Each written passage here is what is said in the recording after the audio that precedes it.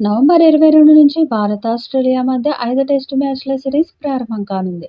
పెర్త్‌లోని ఆప్టస్ స్టేడియంలో తొలి test match జరగనుంది. పెర్త్ పిచ్‌పై బ్యాట్స్‌మెన్ పరుగులు చేయడం అంత సులువు కాదు. పిచ్‌పై పచ్చిక ఎక్కువగా ఉండడం, పచ్చగా ఉండడం చేత మంచి బౌన్స్ పేస్‌ను అందిస్తుంది. ఇది ఫాస్ట్ బౌలర్లకు ఎక్కువ ప్రయోజనం చేకూర్చుతుంది.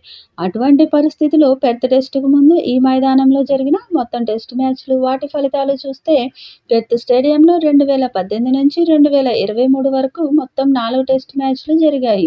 ఇందులో టాస్ గెలిచిన జట్టు మొదట బ్యాటింగ్ చేయడం ద్వారా 4 మ్యాచ్ల్లో గెలిచింది. 2022లో వెస్టిండీస్పై ఆస్ట్రేలియా చేసిన 598 పరుగులు ఇక్కడ అత్యధిక స్కోరు. అలాగే 2023లో ఆస్ట్రేలియాపై పాకిస్తాన్ 89 పరుగుల తక్కువ స్కోరు చేసింది. ఇక ఈ పిచ్ మీద ఇండియా, ఆస్ట్రేలియా జట్లు ఒక్క మ్యాచ్లో తలపడ్డాయి. అందులో టీమిండియా 146 పరుగుల తేడాతో ఓడిపోయింది.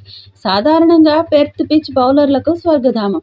తొలి టెస్టుకు కూడా పేస్, బౌన్సీ పిచ్ను సిద్ధం చేస్తున్నట్లుగా తెలుస్తుంది. పిచ్పై ఎక్కువ గడ్డి ఉంది. దీంతో బంతి బౌన్స్తో పాటు స్వింగ్ అవుతూ ఉంటుంది. ఇలాంటి పిచ్పై పరుగులు చేయడం బ్యాటర్లకు అంత సులువు కాదు. అయితే ఒక్కసారి కుదురుకుంటే పరుగులు చేయడం పెద్ద కష్టమూ కాదు. Western Australia cricket head curator Isaac McDonald మాట్లాడుతూ, ఇది ఆస్ట్రేలియా, ఇది పెర్త్, మంచి పేస్, బౌన్స్, స్వింగ్ ఉంటుందని చెప్పాడు. ఈ మ్యాచ్కి ఎలాంటి వర్షం ముప్పు లేదు. అయితే ఆకాశం మేఘావృతమై ఉండొచ్చు. మరి ఫేస్ పిచ్ మీద ఇండియా ఎలాంటి ప్రదర్శన చేస్తుందో చూడాలి.